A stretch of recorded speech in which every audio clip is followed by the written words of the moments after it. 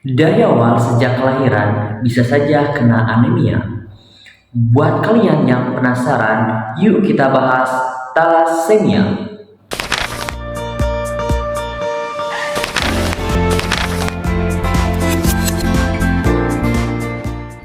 Hai teman-teman, saya Rian Audiansa dari kelas 2A dengan NIM C2314201138. Dengan kesempatan ini, saya ingin bahas tentang apa sih itu thalassemia. Mari kita simak videonya. Thalassemia adalah penyakit kelainan darah di mana umur darah 2-4 kali lebih pendek dibanding darah normal. Penyebabnya karena hemoglobin tidak terbentuk dengan sempurna, sehingga sel darah merah menjadi mudah rusak dan penderita mengalami kekurangan darah. Akibatnya, penderita harus mendapat transfusi darah secara rutin selama seumur hidup. Jika satu orang bisa donor darah 4 kantong dalam 1 tahun, setidaknya dibutuhkan 12 orang untuk mencukupi kebutuhan daerah berita thalassemia selama 1 tahun.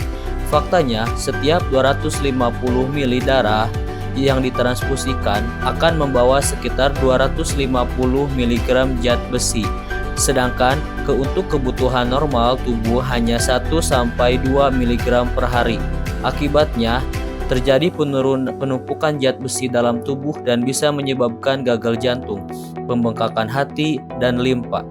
Setiap 3 jam, ada 1 anak yang menderita thalassemia. Dalam 1 tahun, diperkirakan akan ada 2.500 anak yang menderita thalassemia.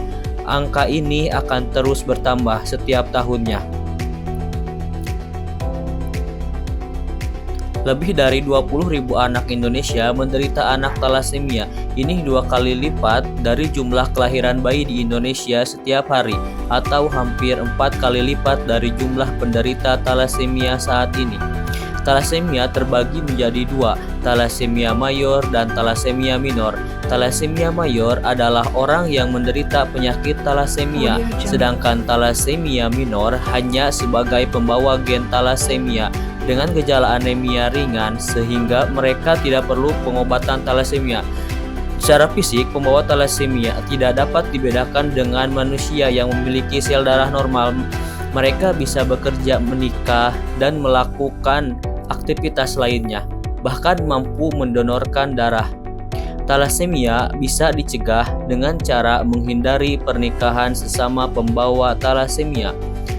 Bagaimana cara mendeteksinya? Satu-satunya jalan adalah dengan screening darah untuk mengetahui apakah normal atau pembawa thalassemia. Bagaimana mekanisme penurunannya? Thalassemia diturunkan dari orang tua kepada anaknya. Jika sesama thalassemia mayor menikah, mereka akan melahirkan 100% anak thalassemia mayor.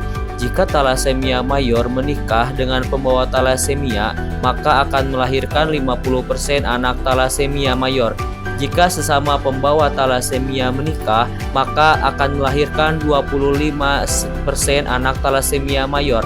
Akan tetapi, jika pembawa thalassemia menikah dengan pasangan normal, maka tidak akan melahirkan anak thalassemia mayor.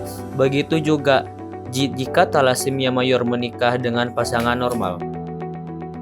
Di Indonesia, 6-10 dari 100 orang adalah pembawa thalassemia. Jika penduduk Indonesia berjumlah 200 juta jiwa, maka ada 20 juta orang pembawa thalassemia. Ini setara dengan jumlah penduduk Yogyakarta 7 kalinya. Fenomena pembawa thalassemia di Indonesia seperti gunung es masih sedikit yang sudah terdeteksi. Sisanya masih banyak yang belum diketahui. Ayo screening darahmu sekarang.